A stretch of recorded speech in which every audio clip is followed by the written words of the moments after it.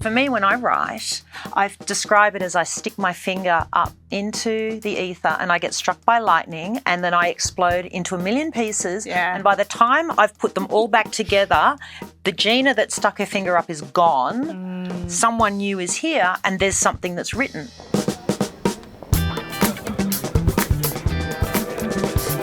You're amazing. The way you speak about life, it's like you are a poem.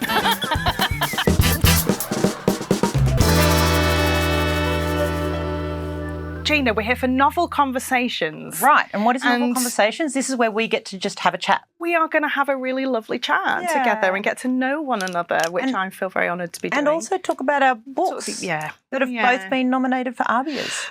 They have. Which is very exciting, but we'll get to that. We'll get to that. All right, so look, let's just kick off with some really quick questions. Yes. And let's try not to overthink. Let's do that thing where you just go, like, first thing that comes to mind. Okay. 3 words that describe your writing process. Ride the lightning. What Australian location would you set your next book in if you had to choose right now? Tasmania. Oh, my favourite, Lutruwita. Great. What's the best piece of writing advice you've ever received? Stephen King's book on writing, and he talks about the muse, that the muse can't find you if she doesn't know where you are. So just be somewhere reliably. Yeah, when the muse calls, you've got to be at the desk. Yeah, otherwise she'll fly around and find someone else. And 100%. You'll write an award-winning book and I won't. Don't jinx it. All right. Oh, I ask you. Yeah. Just fire me already. I swear, my postmenopausal brain is porridge. Yeah. You know, I get an instruction and it just goes straight out. It's just soup up here. You know, it's like a goldfish. She's got a 15-second, 5-second attention span. Oh, there's a castle. Okay. Which character from your latest book would survive longest in Outback Australia? Beth from Red River Road. Oh, and yeah, she's very resourceful. Let's put it that way. Can't wait to find out. What was your backup career if writing didn't work out? What were you going to do? I reckon after Alone, I could start a cafe in the dirt called Fish, Sperm and Salted Worms. Nice! Oh, can you do that anyway? I reckon that'd be great. Do that anyway. Yeah. I don't think the vegans would like it though. Well, maybe not. But look, if my career tanks, I'll come work for you. Great. All right, sweet. But I don't think we'd actually get much done. No, but we'd have a lot of fun. All right. What's the most unusual research rabbit hole you've gone down for a book? So many. The one that was strangest, I found myself spending an afternoon alone in the woods with a shaman as research for a book that actually didn't make it into the book eventually. But I found him randomly online. Hang on, I've just got to ask. Yeah. Like, there are so many. Is this a real shaman, and what culture? Because a lot of people call themselves a shaman or a shaman, and they're really not. So I wouldn't like to smear his good name. Right. I don't know what kind of shaman he was, but I didn't realise when I went to see him, it was just kind of very informal and pop down and come and see me for a chat. And I remember I was driving down this kind of into this valley and there was this tiny little house on the valley floor. And this huge man came out. You know, he was in kind of full khakis and this big sort of hat with crocodile teeth around the thing. It was so sort of like out of a movie. That was really fascinating for all of the obvious reasons. Okay. Yeah. Okay, my next question is, what's the strangest place you've ever written? That would have to be in a plane that I was just about to jump out of at about 15,000 feet. I thought I was going to die. I was terrified of heights and I scribbled my will on a little bit of paper in my diary just in case I died. Oh my God. And I didn't die, obviously. Well, great. Yeah. Okay. What's the most unexpected reader feedback you've received? Oh, this is a good one. So on the day that we announced on socials what the title of the new book was going to be and we put the cover up, someone on Instagram commented, it was the very, very first response to it. She said, "Is this a book about menstruation?" I was like, not even remotely. That'd be a great title for one. Well, I mean, I was like, I don't know, Red Maybe. River, Red River Road? Could be. Have we missed a trick here? All right, for you, what's a question you wish interviewers would ask you? It's a post-alone question. I wish they would ask me what's the difference between a paddy melon and a wallaby, because people think I jumped on a paddy melon and I didn't. I jumped on a wallaby. A paddy melon's 6 kilos, a wallaby is 20. Right, the mind boggles. Yeah, there's a watch alone.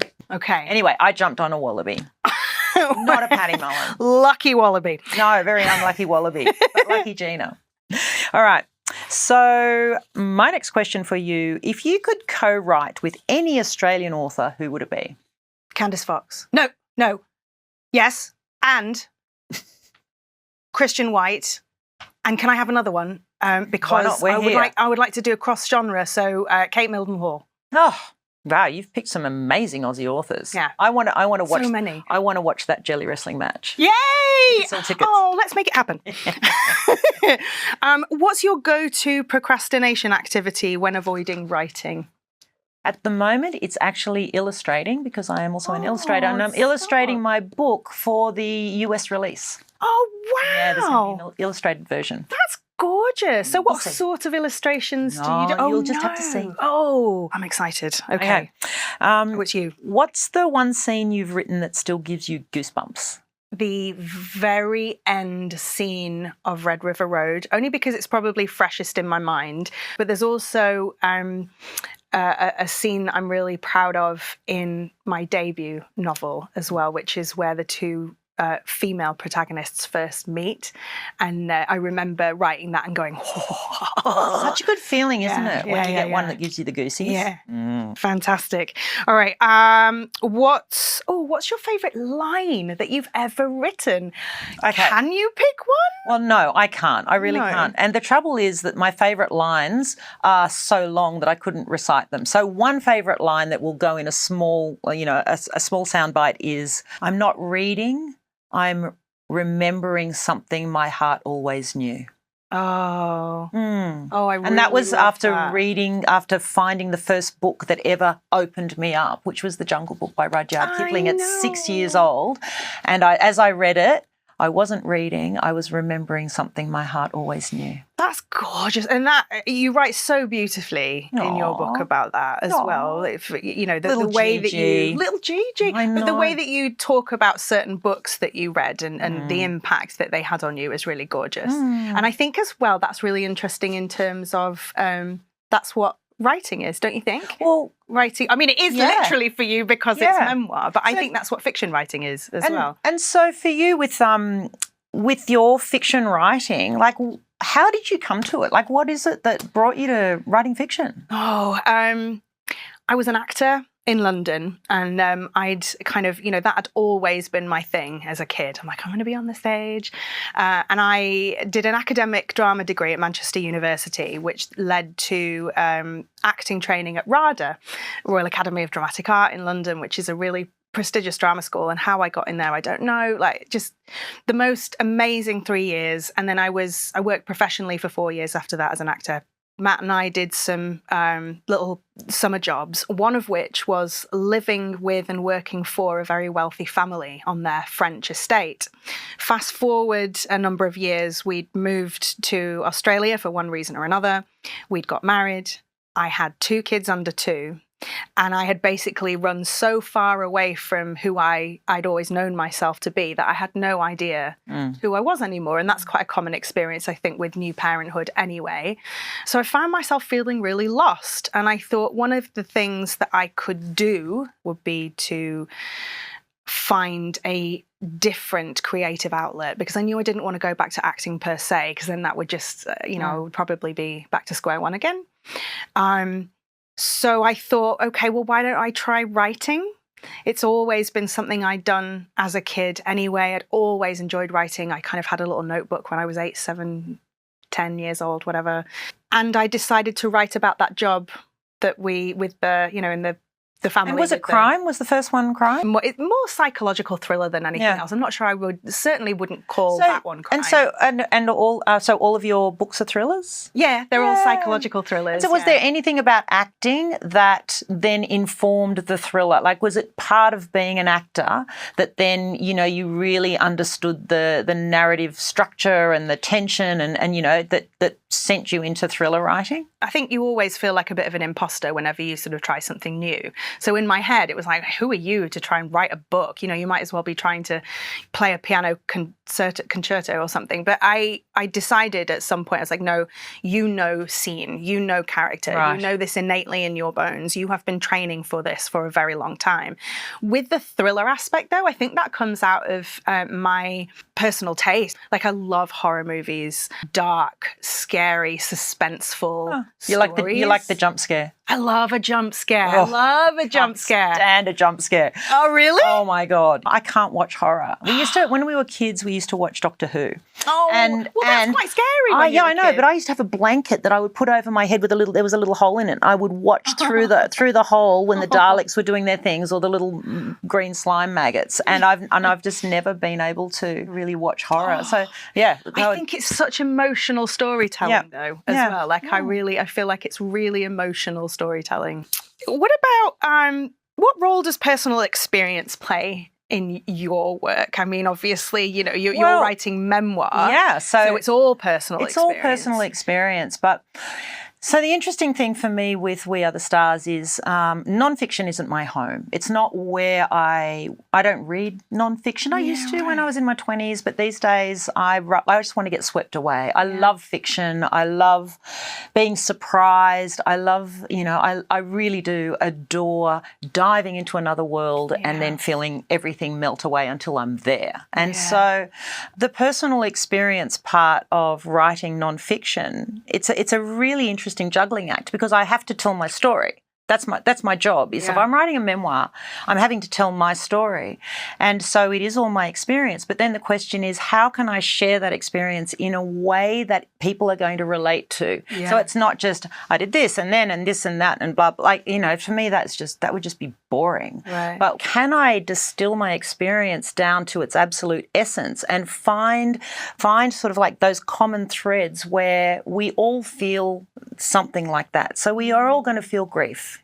Everyone, the size of our grief is the size of our love for something we've lost, and we are all going to love and lose. We all care, and everything that we love is going to change. So grief is a thread that I think everybody can feel and relate to. And one of the things I wanted to do with We Are the Stars is to be able to speak about grief in a way that it doesn't break us down but breaks us open. It breaks us so that we're more rather than less. And so for me there was that personal experience, but also the feeling of being an outsider. My experience is that once we scratch the surface, most people will tell you that they feel like they don't quite fit, that there is this idea about adulting, or there's this idea about being a human that everybody else might be able to do, but I'm not quite that. I haven't quite found my place. And so there's this commonality of human experience. The themes of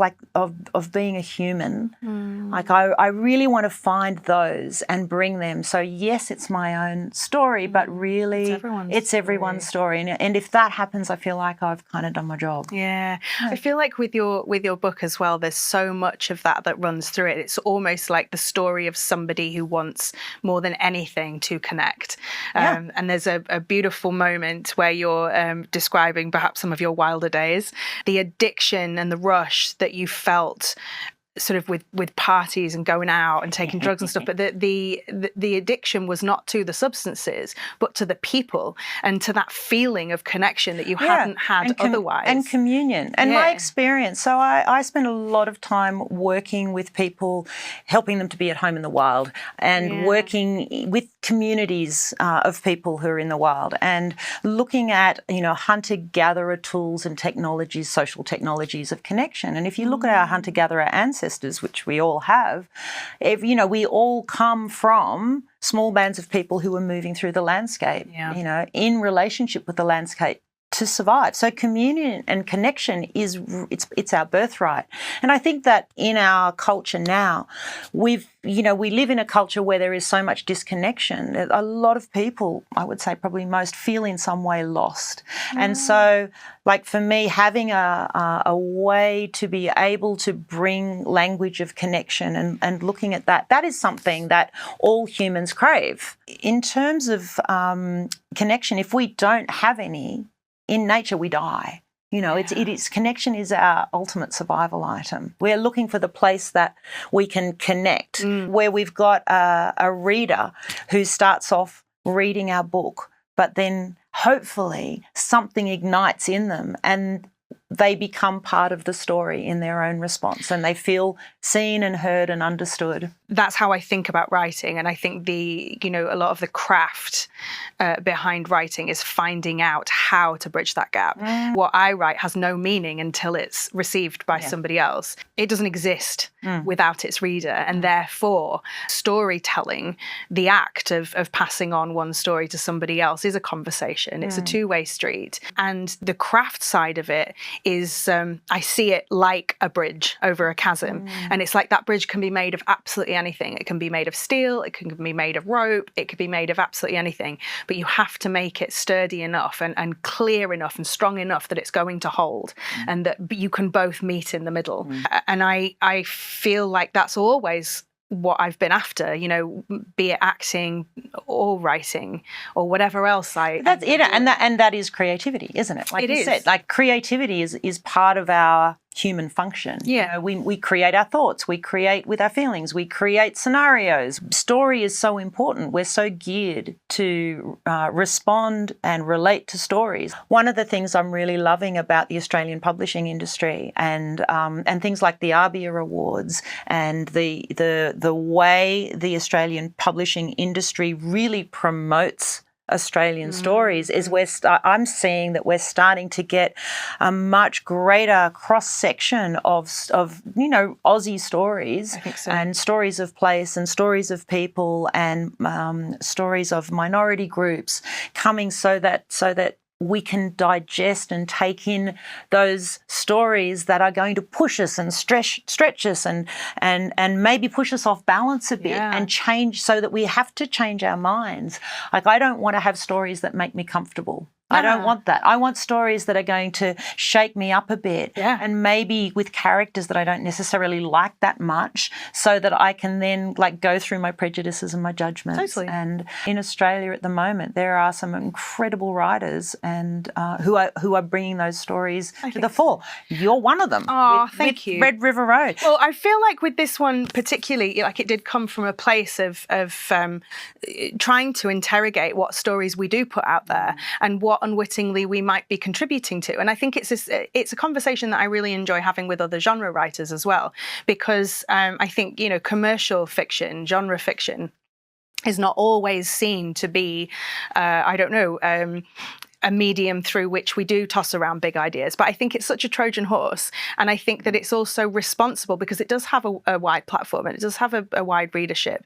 I feel like we have to be very intentional and mindful about how we're telling stories that go out to a large number of people, particularly when it comes to women and when it comes to crime and thrillers where dead women are ubiquitous and where things like sexual assault is often used as a narrative device. And I feel like we can do so much better, and it might be harder to interrogate ourselves and figure out, what other ways we can do it. But it's so important because what we're doing is contributing to a narrative landscape, and we are all stories.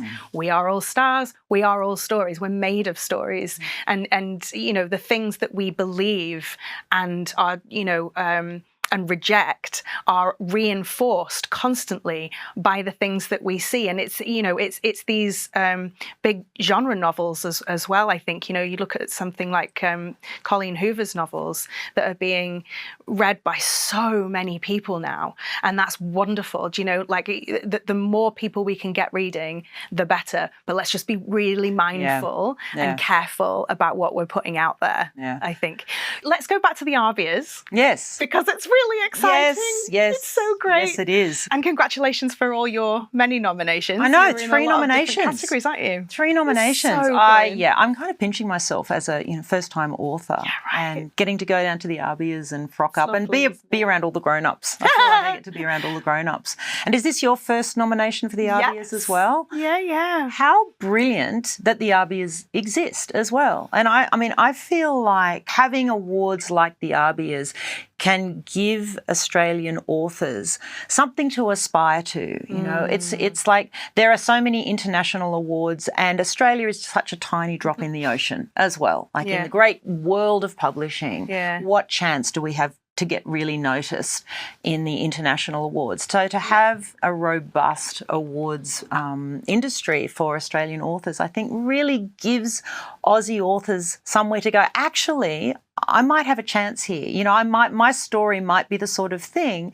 that gets noticed, and that's how I feel. And something that I'm so grateful about with the ABIAs and the recognition of even just being shortlisted is that this memoir, which is ultimately about connection and about nature connection and about a woman's journey through adversity and, you know, rewriting the narratives of grief, that has touched so many people and can also now sort of like be represented on a much wider stage. I think so. And it's about that, you know, I love the fact that a story like yours has gone off in the way that it has. It's crazy. And I love the fact I love the fact that it's, you know, somebody like you and a book like that is getting the recognition, you know, that you both deserve, but also that you're being platformed, like you say, in a way that does challenge certain notions, and that you know, in a way,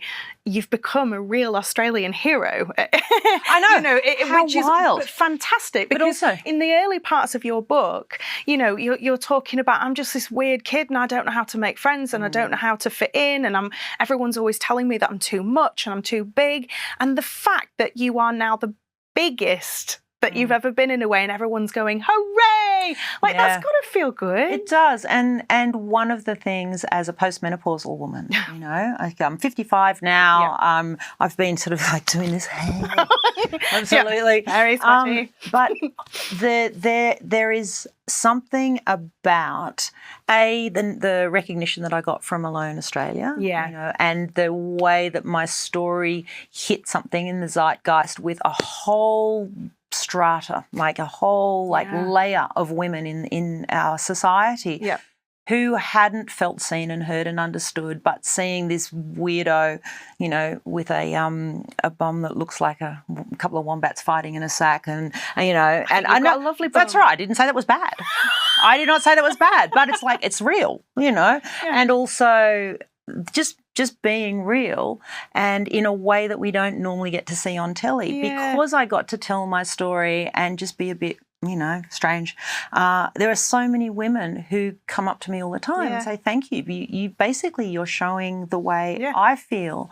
You're showing the way I am in my garden. You're showing the way I am in my kids. And I get to be a role model in some way for a whole lot of women who haven't felt represented, just by being a bit of a dag, really. Oh, it's beautiful. And that now with the book as well, that you know, there are doors that are opening for me, but also for other women, and just, you know, and I'm just one woman telling one story, but it just adds to that conversation as well. And for you with the ABIAs, you know, how are you adding to the conversation, do you think, in Australian literature?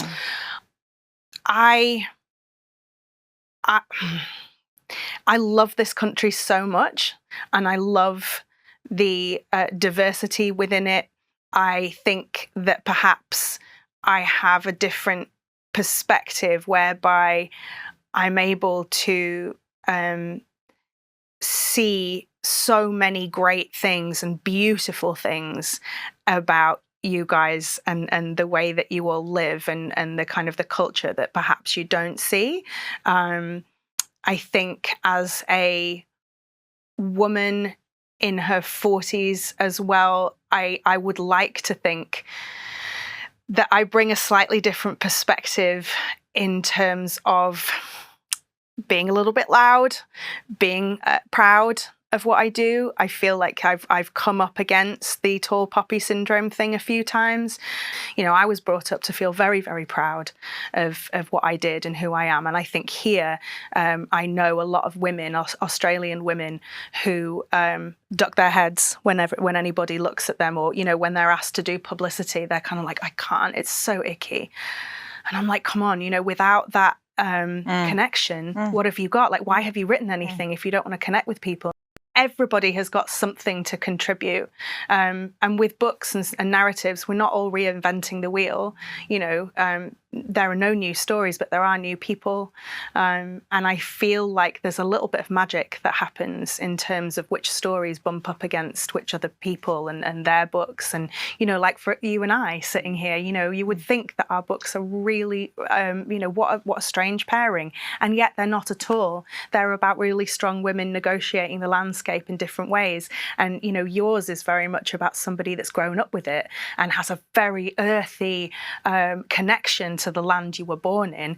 And this is about women who don't know how to navigate it and who are learning how to navigate it. And there's equal validity, I think, in both of those things. So let's talk about tension. Yeah.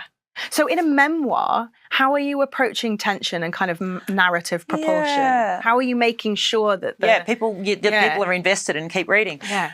Well, because fiction is my home and that's my happy place, and nonfiction I'm not terribly interested in general. Sorry, nonfiction people, it's not you, it's me. I wrote We Are the Stars with a narrative structure of a novel. Yeah. And so we start out with little Gigi, and it's in chapters, like the year of 6, the year of 8, the year of 10, the year of 12, the year of 20, the year of 30, the year of, you know, and as I go into the dive in present tense, absolute tense, and full multi-sensorial immersion, what I wanted to do was to take people into the experience of the protagonist, who happens to be me, but, you know, it could have not been me. I mean, it's all true.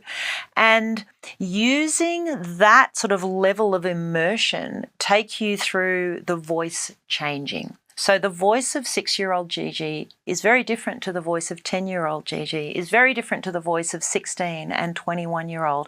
And so, because our voice changes, doesn't it, as we get older. And so rather than having this kind of like grown-up Gina's telling the story of her life, I'm taking you into the absolute experience of being those different ages. And I think that creates its own tension. But the other thing that I was really aware of is that I had to cover, there were two kind of dark nights of the soul. Yeah. And so instead of your standard hero's journey where you sort of, you've got your great big challenge and you come out the other side of it, there were two. And one of them was falling in love with a con man and basically blowing up my life. Yeah. In my late 20s, I completely trashed and destroyed every part of my life. I bankrupted myself mentally and spiritually and psychologically and financially and every possible way, and had to put myself back together again. And then in my 40s, I was pregnant and I had breast cancer, and, you know, had to navigate that and keep my child against all advice to terminate. And then she died. And so then there's the whole going through that particular wave of grief and loss. And so I was very careful when I wrote this book that I didn't just write a grief book. I didn't want to write a book that was just about grief, where grief is this flat, heavy hand that holds you under and doesn't let you up for air. Because one of the things I learned about grief when I was deeply in it, having lost my child, was that grief delivers itself to us in bite-sized pieces. You're fine, you're going along, everything's kind of horrible but normal, and then all of a sudden you smell something or you hear a song or something opens it up, and suddenly you're tumbled by the wave. When that happens, it feels like it's forever. Yeah. And then you come out of it and and then I'm okay. And so because there is this kind of stitching in and out of grief, I realised that there's an intelligence in the way that we digest grief. And I wanted to write a book that gave that. So by the time we get to the point where we're going into the hardest thing, which is me losing my child, we've also got all of the tools to be able to dance with it and see it that it's a gift and be with those waves. So by the time we get to that very last part, the voice is so lyrical and so connected and so in love and so broken open, but also kind of like, it's like I got broken into 10,000 pieces and they all turned into the flowers of petals, and somehow I'm made of that a garden. But it's all quite deliberate in the way I use language so that the reader can go through that whole natural process, have that tension and release, but not get sucked into the darkness and find their own way through. So by the end, you're in love. By the end, you're in love with yourself and you're in love with life and you're in love with all the horror and the beauty and the grit and the grace, and it's all part of it. And so it was all quite deliberate, and that the ratcheting up of tension and then the releasing, and that was all a part of it as well, because I love fiction. Like I get that, and it's like, oh yeah, that is my life. I can write that. You're amazing. The way you speak about life, it's like you are a poem. Like, you're just amazing. I don't know. It's like, maybe I'm just a gum tree. Yeah, you're incredible. But tell me about tension. Oh, so I mean, I deal with it really differently. Obviously, it's quite a kind of intentional, deliberate, methodical thing for me. I love to play with my characters and find out what's happening as it's happening. But in terms of tension and red herrings, I'm really careful about it. And so it's like, before I start actually writing, I'll have a pretty good idea of what the arc is and how it, kind of hits those story markers. I'll also, I love to list a bunch of red herrings. I did hear Tana French once say that one of the best ways to seed a red herring is to write the book as if that is the truth. Do you know what I mean? So I always know what they are. So how many red herrings? How many red herrings would you have? It depends, because it depends on what they can't give that away. No spoilers, Gina. But I think it just depends on how much story juice is in your tank. I've never thought of that, because I've looked at thriller and I've looked at mystery. I don't tend to read crime, but my mum loves crime, and I grew up on Agatha Christie as well. Yeah. And the whole red herring thing has been something that fascinates me. But the idea of writing the book as if the red herring is the truth. Yeah. And so if you've got 5 red herrings, you're basically weaving 5 whole novels together and then pulling the rabbit out of the hat right at the end, going, ha ha. Yeah, kind of. And it's really about that that conversation that I was talking about before about reader and writer, where I really want the reader to be engaged. I think that's what's so great about things like psych thriller and crime fiction and suspense and horror, is that it really demands a lot of engagement and a lot of work from the reader to fill in those gaps with their own imaginations and their own answers. So in a way, it's when you're writing a book, it's like playing a game of chess against yourself. You're on one side and you move a piece as a writer, and then you run around the other side and put your reader hat on, and you'll be like, where do I think that's going to go? I like to think I'm quite a savvy reader. I pick all the twists, that kind of thing. Where do I think that's going to go if I'm thinking I'm really smart? And then you make your move, and then you run back around, put your writer hat on, and you're like, okay, all right, fine. You think we're going there. What if I just slide this bit in here? Where do you think we're going to go now? Wow. And it's so strategic. So fun. That's so strategic. In the opening, rapid fire questions, I think you asked me 3 words to describe how I write. And for me, it's ride the lightning. Yeah. So for me, when I write, I describe it as I stick my finger up into the ether and I get struck by lightning, and then I explode into a million pieces. Yeah. And by the time I've put them all back together, the Gina that stuck her finger up is gone. Someone new is here, and there's something that's written. I don't plan. I'm that one. I'm the seat of the pantser. And it sounds like when you write, because you've got this chess game, this very sort of strategic sort of way of going, well, I'm going to do this and you're going to do that. Do you put it all up on a board? Do you have a chess set that you're like, okay, well, this is so-and-so, they're going to go here, here's my characters. How do you map all that out? Yeah, I do. I'm that question of plotting and pantsing comes up all the time, and I actually sort of reject the philosophy entirely. I don't think it's that binary. I'm not fond of binaries, in general, but particularly with that, it's like we're all doing both of them at the same time, right?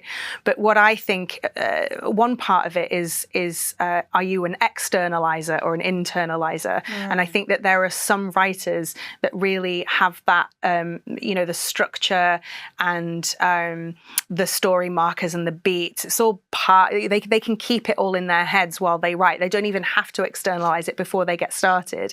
It's pretty messy in here. Like, I need to get a lot out. Like, I'm somebody that exists, like, you'll find lists everywhere in my house because I have to get a lot of my thoughts out so I can see them. And so for me, some sticky notes is really, really helpful. If I can kind of visually see the shape of a whole thing, it's really, it just makes things cleaner and more efficient. And it means that I don't get lost all the time, because I'm very prone to kind of, running off down a rabbit hole. And that, if I'm like, I'm going to write a story about astronauts, but halfway through I'll get really interested in, like, baking bread. So I'll be like, down here, and then there'll be this huge thing about baking bread, and my publishers will be like, "Why are we? I thought we were doing a space book. What are you doing? Why are we Nigella Lawson right now?"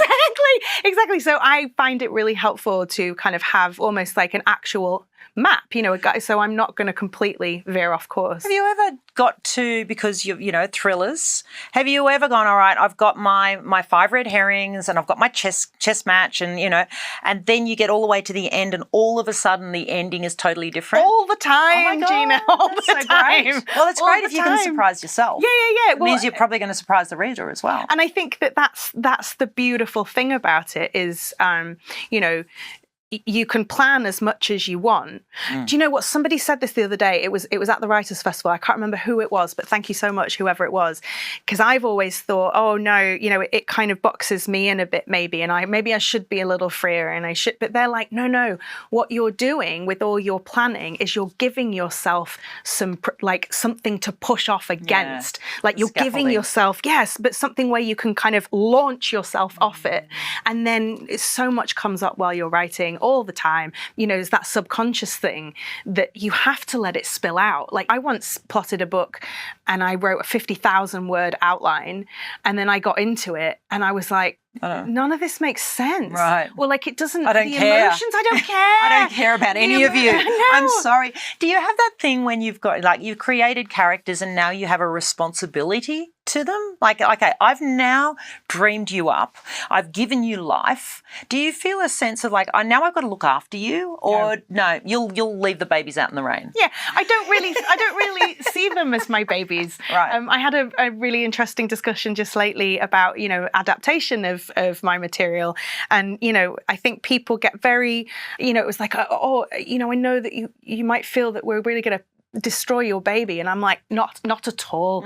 Let's make something new out of it. Let's reinvent it. Like, I think that might be the actor's background and the rehearsal room mentality. And also you've probably just had it, like, knocked out of you so much. Like, it's like once you've had that level of kind of criticism and constructive criticism, it's like, all right, okay, well. But also how wonderful that you can pivot and you can make something new, and that you can take a story that's pre-existing and spin it into something completely different is amazing. And I guess that's also part of the whole collaboration thing that we were talking about with the ABIAs. And for me, what I've got going on with my book is that Jane Palfreyman published my mother's book 30 years ago. She did. She was a baby publisher. And so she published my mother's book. And then when I came to write this, and I had the whole, the auction, all the publishers, which was like, it was such a Cinderella moment, especially for someone who was kind of like bullied and a misfit, to have the Cinderella thing of these people coming up and saying, "Oh, we want you. We'll give you this. Oh, we'll offer you that." Or like, oh, wow, like, oh my goodness, everybody, they want me.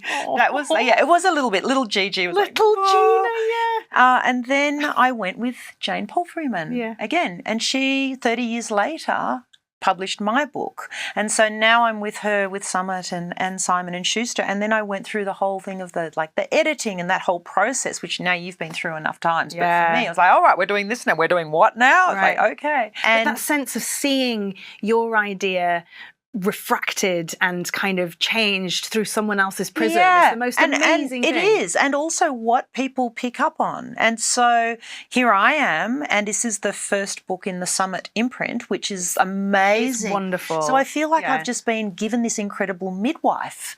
You know, it's like there's these incredible humans who care enough about this story to go, all right, yeah, you're in the push right now. We'll give you some water and we'll mop your brow and we're ready to catch. Oh, that's so beautiful. And that thing of there's the way that the stories can come into being in that collaborative sense, but also then having all of that skill, all of those years of skill with the publishers, that then you get to go, all right, I'm not sure about this bit, and they're like, nah, like I would edit like all of that out, and that it gave me something to push against. And did it feel unpleasant at any point? Like, did you feel sometimes that they said, we don't need this, and you're like, what do you mean you don't need it? Like that's part of...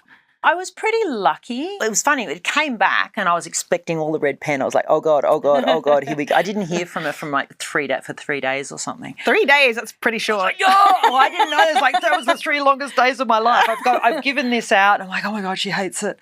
And then she rang up in tears. Oh. She was like, it's beautiful. I'm like, oh, thank goodness. If I've made Jane cry, then it's doing what it's supposed to do.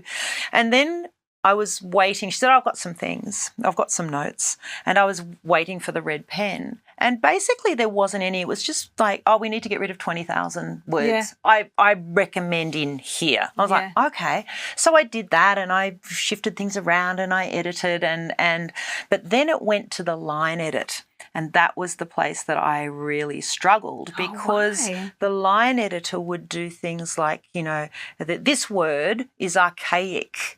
Harlequin, can you say multicoloured? I'm like, no, I mean Harlequin. Like that is the word that I mean. Right. And coming from a family of wordsmiths as well. So I ran into some sort of like argy-bargy about language that I found. That was probably the only thing that I found difficult, but I was amazed at how angry you felt really. I was surprised. I thought, oh yeah, I'm fine. I've had, one of my besties who's in the book, Dutch. He would just ruthlessly edit me. Wow. Like my songs, he would be like, I'd write this song and I'd sing it for him. He goes, oh my God, that's astonishingly awful. Oh wow! Don't ever play me that shit again. So I was used to that, and I thought I would be okay with it. But when it came to the no, you can't have that word, I felt like I was fighting for each word like it was a child. It was like, no, I am going to fight to the death for this particular word. Oh, my God. And even if it's archaic, well, you can look it up. You've got a dictionary, you can look it up, or you can tell what it means. So, That's amazing. Would you write fiction, do you think? Oh, yeah, fiction's my next one. That's so great. Well, maybe not my next one, but yeah, fiction, that's where my heart is. I've already written 2 fiction books that I can't wait to get in there, and I've probably got one more non-fiction to go, and then I'm going to be diving in. Good. Yeah. Yeah, I've just gone on to, I've got an audio exclusive coming out on August 19th, which is exciting. So that's a new medium for me. So you're doing your first audiobook? Audio, but it's like a novel that's designed to be heard rather than read. Well, that's going to be... Yeah. So does it have a name yet or not? Yeah, it's called Break Me Down. Break Me Down. Yeah. And it's coming out on August 19th, and it's about, it's set in an LA acting studio, so part prose, part scripted. Can't wait to see it. So fun. You know what? We're out of time. Oh my God, we've been talking for hours. Yeah, it feels like I've got all these questions. So I feel like we've only just scratched the surface. No, but I think we've done all right, and we're going to be seeing each other at the ABIAs. Oh my God, I'm so excited. We're going to be seeing each other at the ABIAs. I'll be cheering you on. I'll be cheering you on. We're in different categories too. Yes. So that's good. So we can cheer each other on. Yeah, I would be cheering you on. I would be cheering you on anyway. Absolutely. Can you imagine if I was like, boo? Yeah. No. I just want to cheer everyone on. I know, same. It's the most gorgeous community. Yeah. It's been so lovely getting to know you. Absolutely. And how wonderful that we get to be on this incredible, the privilege of being published authors, like the privilege of that, and I don't take that lightly. And I feel like for every book that we get to read, there's a million that we don't, that are just as valid and just as brilliant and just as worthy. And for me, it's like by almost like an accident, I got to be in the position to bring this into the world. But I just want to send love to all of the writers out there. And the thing that I would probably say is, if you are a writer, keep going. Just keep writing. Don't stop. Just turn up and write all of the absolute teenage poetry that you just want to like burn later and then burn it later.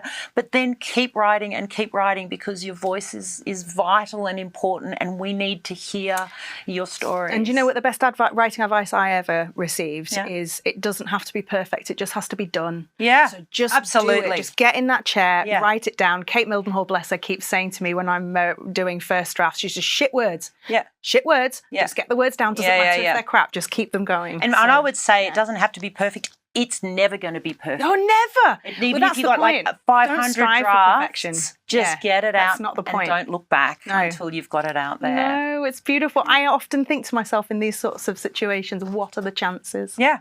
So and here we are. All right. You're great. Okay, so here we are. Novel conversations. Novel conversations. That was the best. Very novel conversation. And I'll be seeing you at the ABIAs. You're going to frock up? 100%. Me too. We shall frock, but I shall be barefoot. Okay, great. Yes, unless they kick me out. I probably won't. That's fine.